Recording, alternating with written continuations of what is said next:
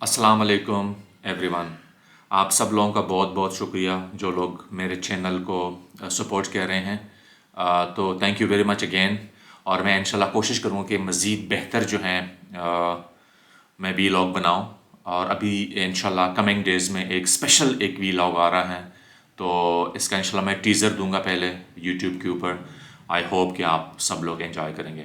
आज second fab है। आज की सबसे जो बड़ी न्यूज़ है वो है कि लाहौर हाई कोर्ट के जस्टिस शाहिद जमील, जो कि बहुत बड़ा नाम था, और ये भी बहुत शॉकिंग न्यूज़ है हमारे लीगल सिस्टम के लिए, क्योंकि रिसेंट डेज़ में तकरीबन 3 बड़े जजेस इस्तीफ़ा दे चुके। 2 सुप्रीम कोर्ट के, एक जस्टिस एजाजुल एहसन और जस्टिस नकवी, और आज के दिन में जस्टिस शाहिद जमील ने आज इस्तीफ़ा दिया है अपना।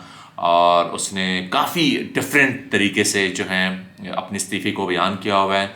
तो ये सोशल मीडिया के ऊपर काफ़ी इस वक्त इसके बारे में डिस्कशन चल रही है और बहुत बड़ा ट्रेंड बना हुआ है यूट्यूब के ऊपर।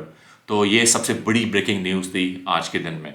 दूसरी जो न्यूज़ है जिसके बारे में मैं चाहता हूँ कि थोड़ा सा आप लोगों का इसमें नॉलेज बढ़े, और वो ये है कि नवाज़ शरीफ ने कल सवात जलसे में एक बात की है कि बार बार जो है मौका नहीं देना चाहिए किसी को हुकूमत करने के लिए।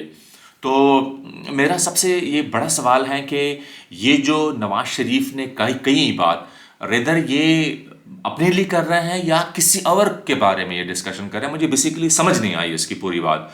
तो मैं थोड़ा सा आप लोगों को बताना चाहता हूँ कि आप लोगों के नॉलेज में इजाफा होए कि नवाज़ शरीफ ने ये जो डिस्कशन की है इसके पीछे क्या बैकग्राउंड है। कि नवाज़ शरीफ कहता है कि बार बार किसी को हुकूमत में आने का मौका नहीं देना चाहिए। ये पता नहीं किसको ये मैसेज दे रहा था, मुझे तो फ्रैंकली नवाज़ शरीफ की ये बात समझ नहीं आई। थोड़ा सा मैं आप लोगों को बताना चाहता हूँ नवाज़ शरीफ के बारे में।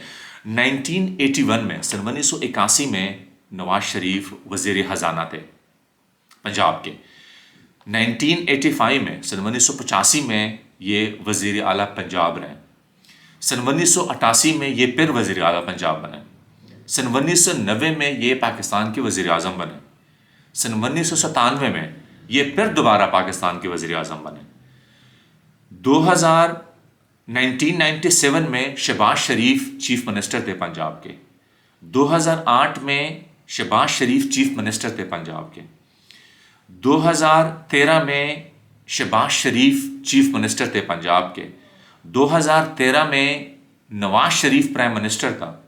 2022 में फिर दोबारा शहबाज शरीफ वज़ीर आज़म बने। तो मैं हैरान रह गया हूँ नवाज शरीफ के इस लॉजिक से, और फ्रेंकली मुझे अभी तक समझ नहीं आई। मैं शॉक में चला गया हूँ नवाज शरीफ ने जब ये बात की है कि बार बार जो है किसी को हुकूमत में आने का मौका नहीं देना चाहिए। हुकूमत में मौका सिर्फ़ और सिर्फ वो कहते हैं कि मुझे दिया जाए क्योंकि मैं ही पाकिस्तान को संभाल सकता हूँ। लेकिन अगर आप इस वक्त सूरत हाल देंगे पाकिस्तान की, कि पाकिस्तान के फॉरेन रिजर्व्स, पाकिस्तान का जीडीपी, पाकिस्तान का एग्रीकल्चर, यानी हम ये पढ़ते थे बचपन में हमारे बुक्स में कि पाकिस्तान एक ज़री मुल्क है। ये सब जो हमारे एज के लोग हैं स्पेशली, ये सब ने अपने बुक्स में लिखा होगा कि पाकिस्तान एग्रीकल्चर कंट्री है, पाकिस्तान एक ज़री मुल्क है। मुझे समझ नहीं आती कि ये जो ज़री मुल्क वाला लॉजिक था ये किस बेस के ऊपर ये लोग कह रहे थे। क्योंकि पाकिस्तान इस वक्त अपनी गंदम इंपोर्ट कर रहा है बाहर मुल्क से, पाकिस्तान चीनी इंपोर्ट कर रहा है बाहर मुल्क से, पाकिस्तान तमाम सब्जियां इंपोर्ट कर रहा है बाहर मुल्क से, पाकिस्तान गार्लिक इंपोर्ट कर रहा है बाहर मुल्क से। मुझे इस चीज़ की समझ नहीं आती कि ये जो वर्ड पाकिस्तान के लिए स्पेसिफिकली यूज़ हो रहा था कि पाकिस्तान एक एग्रीकल्चर कंट्री है, मुझे अभी तक ये लॉजिक जो है समझ नहीं है। तीसरी चीज़ जिसको मैं आज डिस्कस करना चाहता हूँ वो है कि पीटीआई से जो सिंबल लिया गया। देखो, सिंबल जो होता है ना किसी पार्टी का, ये एक साइन होता है। ये सब दुनिया में जितनी भी पार्टीज़ होती हैं, मिसाल के तौर पर अमेरिका में जो 2 बड़ी पार्टीज़ हैं, रिपब्लिकन और डेमोक्रेटिक पार्टी, तो इन पार्टीज़ के अपने सिंबल हैं, और ये सिंबल जो हैं ये बेसिकली पार्टी को रिप्रेजेंट करते हैं। ठीक है, जिस तरीके से डेमोक्रेटिक पार्टी का जो सिंबल है वो डंकी है, और जो रिपब्लिकन पार्टी है उसका सिंबल जो है एलिफेंट है।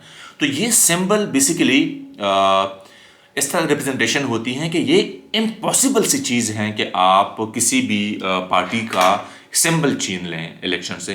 تو پاکستان کے الیکشن جو کمیشن ہے اس نے پی ٹی آئی سے اس کا سمبل لیا. تو اس سمبل کے لینے کا جو صرف ایک مقصد تھا کہ لوگوں میں تھوڑی سی لوگوں کو تھوڑا سا سمجھنا ہے، جب الیکشن کا دن ہو، جب اس پولنگ بوتھ پہ جائیں تو اس کو یہ پتہ نہ ہو کہ پی ٹی آئی والے بندے کا کون سا سمبل ہے یا دوسرے پارٹی کا کون سا سمبل ہے. تو یہ بیسیکلی چاہتے تھے کہ اس میں کنفیوژن ہو لوگوں کے درمیان. لیکن میں یہ سمجھتا ہوں کہ یہ بھی ایک جو ہے دھاندلی کا طریقہ ہوتا ہے.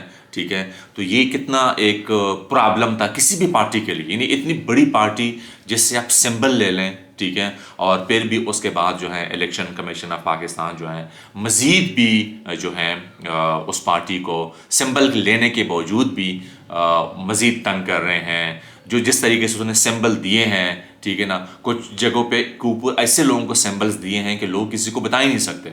تو یہ کتنا ہمارا بڑا پرابلم ہے.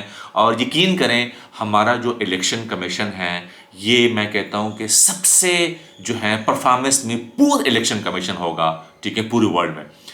انڈیا کا جو الیکشن کمیشن ہے اتنا سٹرانگ ہے کہ وہاں پہ کوئی بندہ سوچ ہی نہیں سکتا. انڈیا کی آبادی 1 ارب تقریباً 60-70 کروڑ کی آبادی ہے، لیکن اس کا الیکشن کمیشن اتنا سٹرانگ ہے کہ الیکشن کے بعد کوئی بھی پارٹی یہ نہیں کہہ سکتی کہ ہماری پارٹی میں کوئی دھاندلی ہو گئی ہے، کیونکہ ان لوگوں نے جو سسٹم بنایا ہوا ہے وہ اتنا تگڑا ہے، وہ اتنا سسٹم اس کا سٹرانگ ہے کہ کوئی بھی پارٹی یہ بلیم نہیں کر سکتی کہ میرے ساتھ الیکشن میں دھاندلی ہو گئی ہے. تو یہ ہماری بیسیکلی بدقسمتی ہے. جس طریقے سے میں نے پچھلی ویلاگ میں بتایا تھا کہ انفارچونیٹلی ہمارے بہت سے قومی ادارے ہیں، ٹھیک ہے، جو کہ ریدر کے ریونیو جنریٹ کریں، یہ گورنمنٹ کے اوپر برڈن ہوتے ہیں. ایٹ دی اینڈ، سال کے اینڈ کے اوپر نہ ان کے پاس کوئی پینشن کے پیسے ہوتے ہیں، نہ ان کے پاس سیلریز ہوتی ہیں. تو یہ بہت بڑا جو ہے ہمارا پرابلم ہے. چوتھی چیز جو میں ڈسکس کرنا چاہتا ہوں کہ پاکستان میں ابھی الیکشن آ رہے ہیں. 8 فروری 2024 کو الیکشن ہوگا، ٹھیک ہے. تو آپ لوگ پلیز سارے پارٹیسپیٹ کریں. اس چیز کو مت دے کہ جس پارٹی کو بھی آپ نے دینا ہے یہ آپ کے رائٹ ہے. آپ نے جس پارٹی کو بھی سلیکشن کروانی ہے، آپ نے نون لیگ کو ووٹ دینا ہے، آپ نے پیپلز پارٹی کو دینا ہے، آپ نے پی ٹی آئی، جس پارٹی کو بھی آپ دیں، لیکن ضرور پلیز جو ہے اپنا ووٹ کاسٹ کیجیے گا. اور ایک اور چیز جو کہ میں سمجھتا ہوں، کے پی کے میں بیسیکلی دھاندلی بہت کم چانسز ہوتے ہیں. کے پی کے میں دھاندلی اس لیے کم ہوتی ہیں کہ وہاں پہ لوگ جو ہے بہت این ہوتے ہیں، تو وہاں پہ چانسز بہت زیادہ دھاندلی ہوتی ہیں پنجاب میں.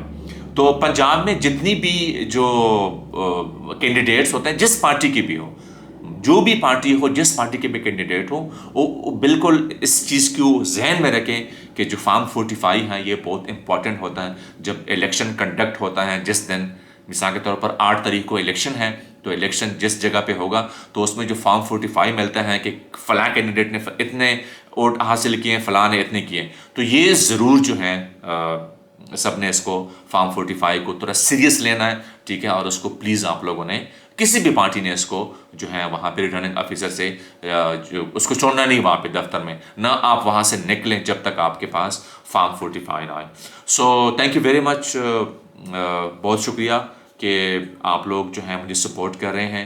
تو انشاءاللہ I will make some other good vlog اپنے ناظرین کے لیے. So thank you very much. اللہ حافظ.